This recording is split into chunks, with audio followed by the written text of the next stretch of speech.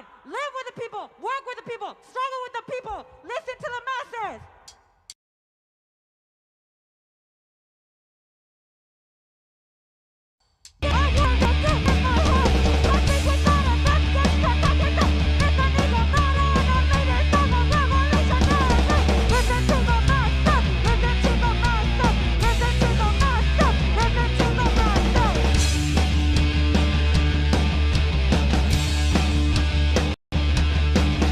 The masses are the ones who make history.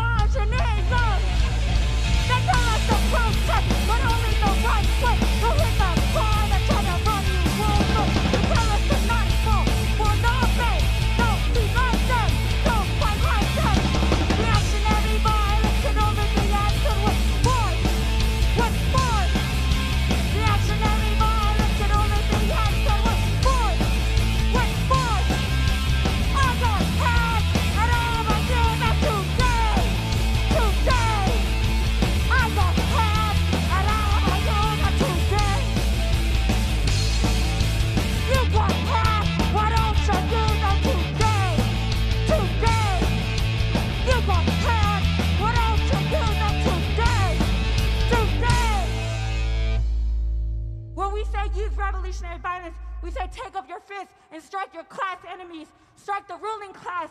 Don't further divide the working class. Don't be caught up in bar brawls over nothing. Fight against your class enemies. Unite. Return the ideas. Return.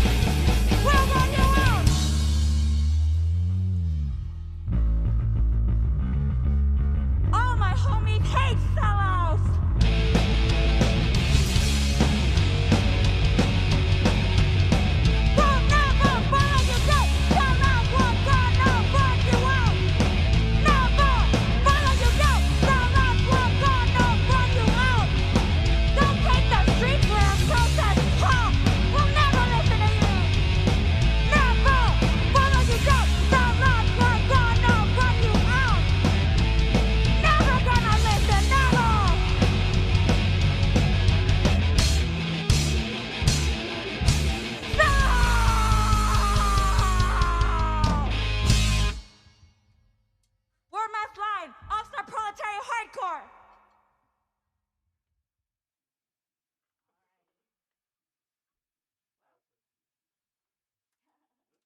Hey, what's up, everyone? You're currently tuned into TBD on the live stream or on KCSB FM 91.9 in Santa Barbara and netnetradio.com out of Tijuana. I'm joined by my new and old friends in Massline out of Oxnard. So how have you guys been holding up during quarantine? What have you been up to? How have you adapted? How do you like virtual gigs? The world has been pretty chaotic the past, few months, especially for those living in the U.S. So, yeah, what have you guys been up to? It's been pretty much life as usual, Yeah, I feel you. I just had to keep going.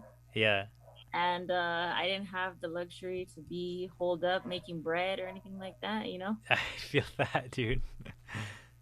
Oh, I was just gonna say definitely the same here. Like I have not had any time off this whole COVID thing. I've had to work every day I was supposed to. We never even closed. We actually got busier at my job, so Oh, really? It is what it is. Yeah. What do you do for work?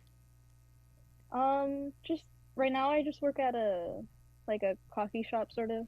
Yeah. So yeah, because of people staying in, we got all the delivery apps. We have so many tablets in the back. They're constantly ringing. That's insane.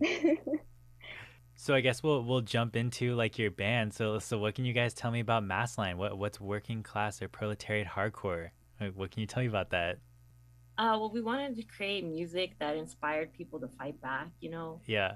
I know there's a lot of art out there that's kind of the messaging is in yourself, or however you want to look at it, that creates the message. Yeah. We wanted to be clear about what we're trying to create. And, Mm-hmm. you know, it's built from the people of Oxnard. Oxnard is a very working class city. Mm-hmm. And so we're just inspired by this, you know, the struggles of the people of Oxnard all around us, and in our own histories, what we've had to deal with.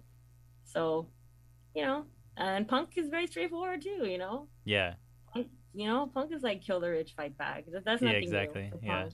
So we're just continuing a tradition that's the origin of punk, right? Rebellion. Yeah, exactly.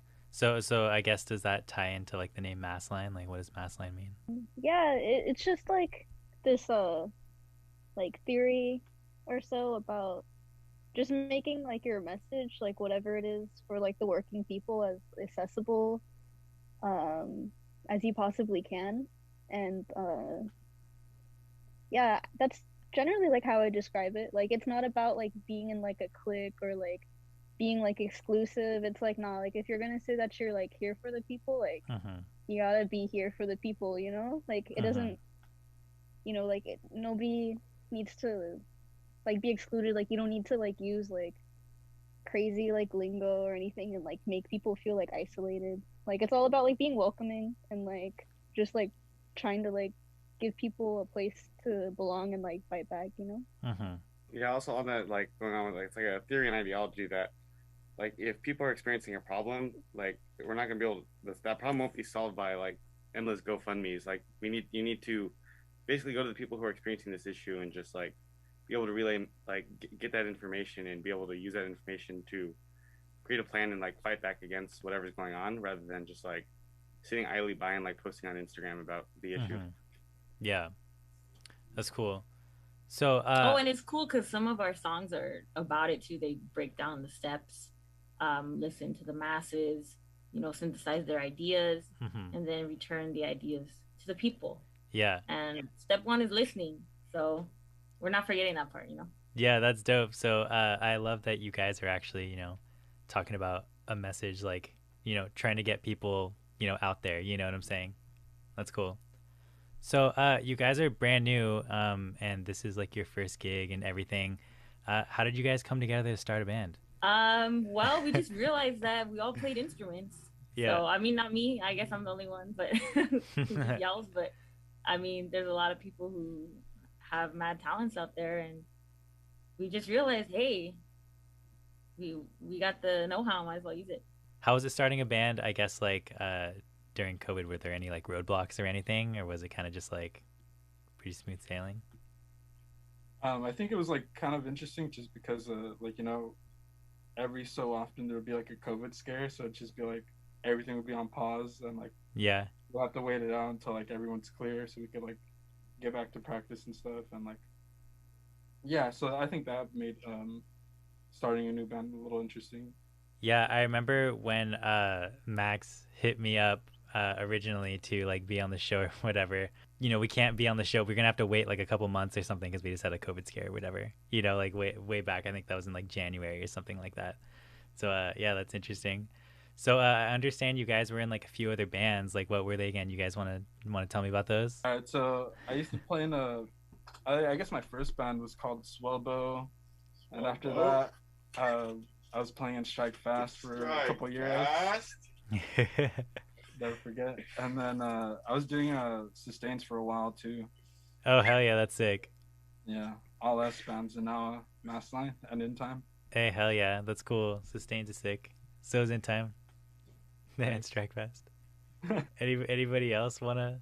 I think there was like Sin Quince or something. Yeah, Sin Quince represent.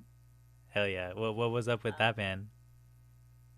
Well, I mean, you know, another Oxnard, you know, political band. Yeah.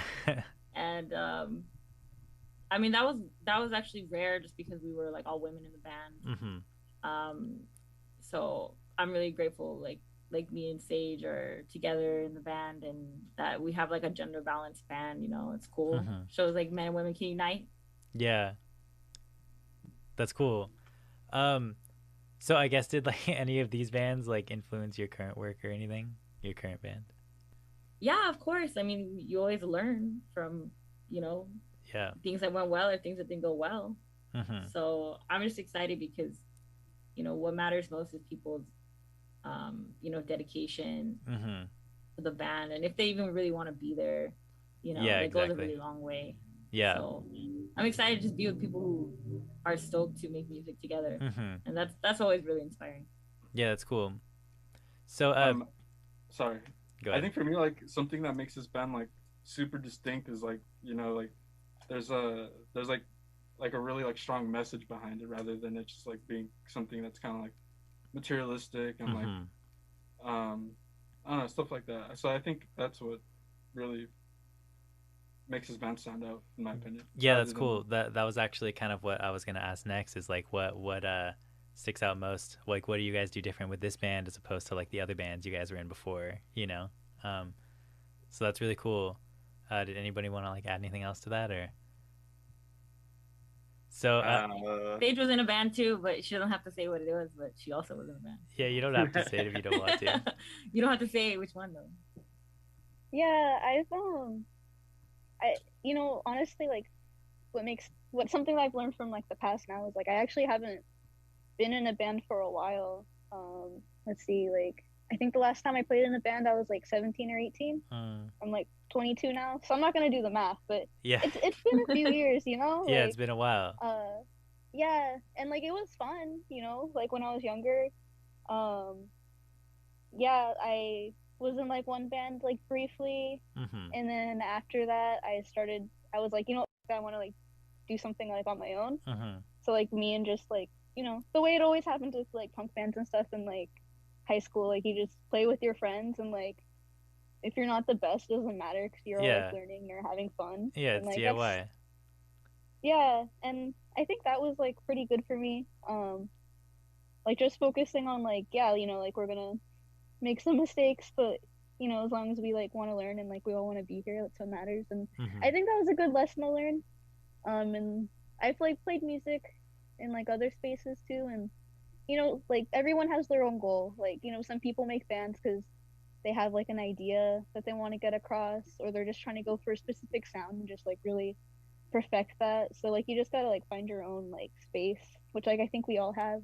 Yeah, a big thing too is like like when Natalie said like it's really hard like being like a woman or like femme presenting, or like just, you know, like it's just difficult like being in any scene, let alone like the punk scene. And that's something that I've like noticed a lot. And that, you know, so like it's great to like actually like be able to like make music with people who like stand by like their politics, because like, you know, you think that in the punk scene, like just because someone says like, oh yeah, like I'm for like equal rights, like women, you don't suck, but you know, they say one thing but they act like another way. So I really like I really appreciate people that don't just say something but they like actually like genuinely mean it, and like are taking steps to do it, and like not just to like say it online. And that's what I really appreciate being in this band. I really appreciate everyone I've like played with. So. Yeah, that's cool. You guys are actually about it, you know. Actually down to earth, not like the rest of the scene, I guess. I don't know what the rest of the scene's like, but I'm assuming. So hell yeah. So I mean, I'm gonna defend the scene just because I don't want to talk, but you know what I mean. Like, I think punks, they want to take action, you know, and that's how I became politicized.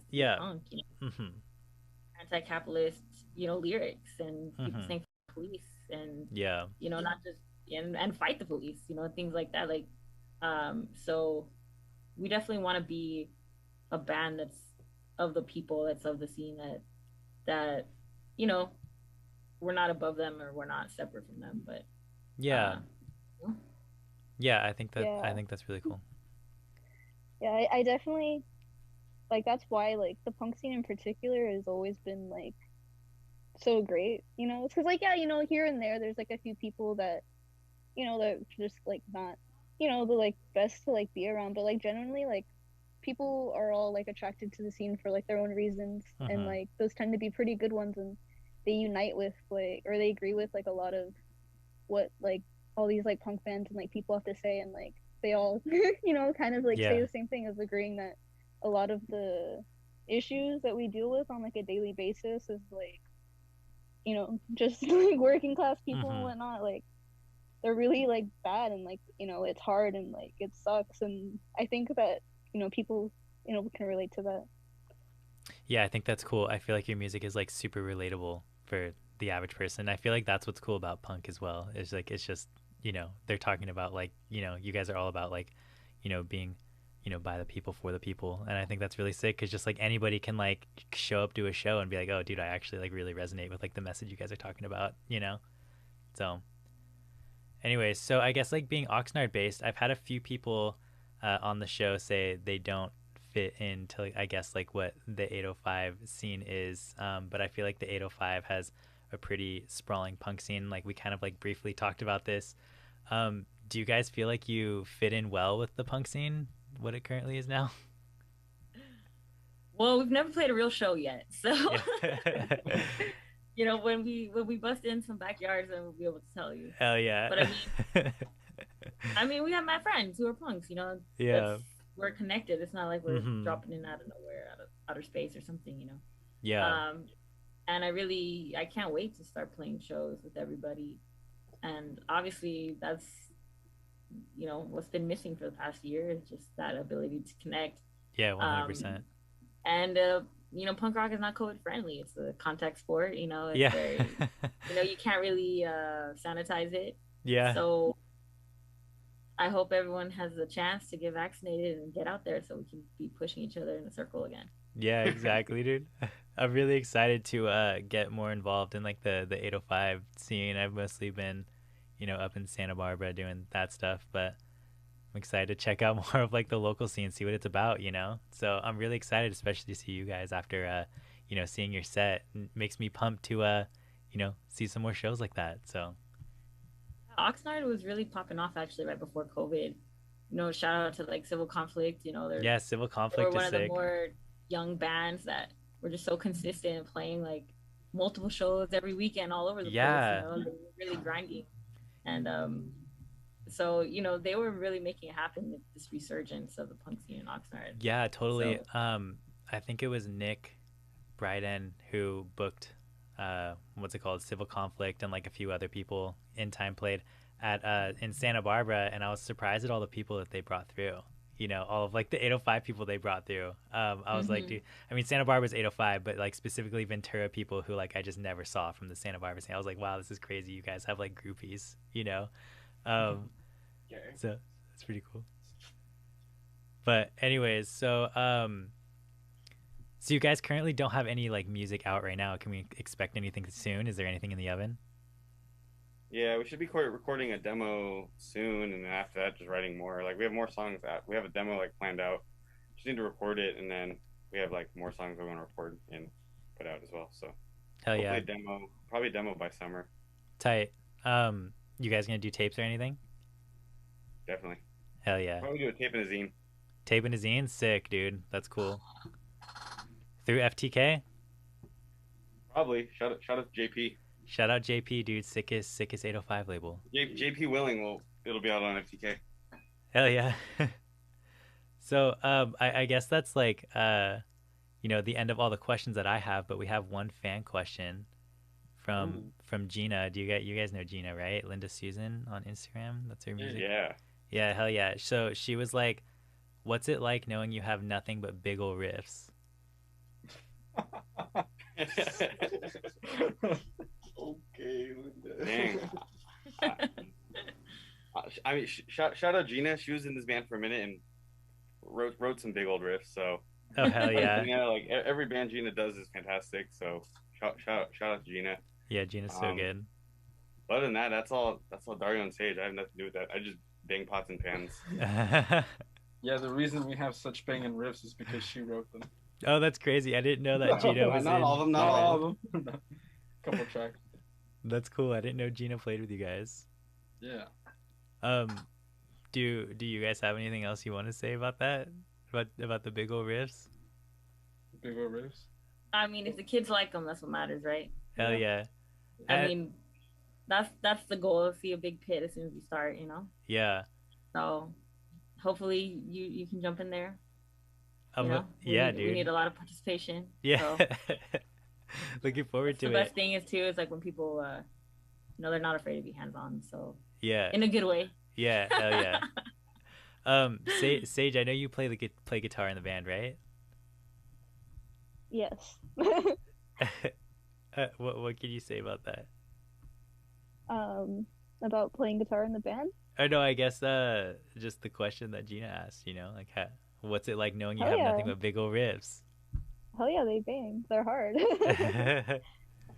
Hell yeah. I think Sage and I, we have like this really good like chemistry where she like come up with like a really good riff, and like we just complement each other, and like I don't know. I think we work well like collaboratively. Yeah. And that's another thing that I really like about this band is that like we all like are able to like kind of like say like no, that doesn't work, and then kind of like struggle until like something does work. Yeah, you guys work together, figure it out. It's tight. So fight music riffs. Fight music. Music to riffs to fight to. Hell yeah. So I guess that's all we have, I guess, for the show. But I have one more question that I ask everybody at the end. It's kind of a big one. Are you guys ready for it? Yes. I mean, how big could it be? I mean, it's what is this? It's huge. It's huge. So. Yes. Okay. All right. Here we go. So a rat is going to jump into your mouth. Do you want this rat to jump into your mouth head first or butt first, and why? Well, I'm vegan. That ain't jumping in nowhere. You can give a vegan answer. You don't have to hurt it. I think tail first because I'm trying to grow a rat tail. Oh hell yeah! I feel like that'll give me rat tail energy. So tail first. That's sick. It is true. He is trying to grow a rat tail. That's so sick. All of our concerns. So that's my answer. I love that, dude.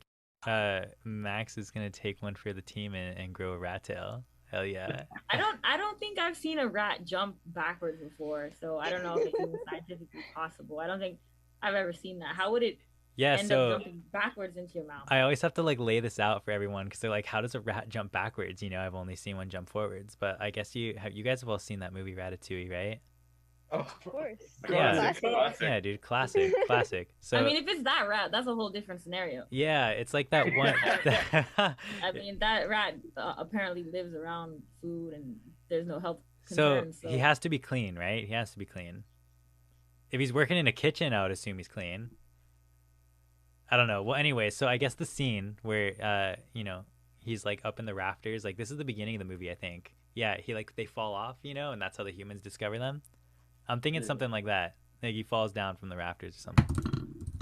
But I'm pretty sure I have consumed rat after, living in big cities. I'm pretty sure, and living in Oxnard, inhaling pesticides every day. I'm pretty sure I'm immune to anything that can kill me. So. Oh, hell yeah. You know what? I welcome all rat parts in my mouth.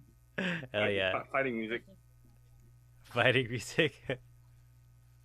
So, Sage, do you have a stance? Head first? Yeah, head first. Because I think rats are cute. I don't have a problem with them. And if it's like it's face first, it's like I'm not really eating, and I'm just kind of like nom, like I don't know, just like lightly.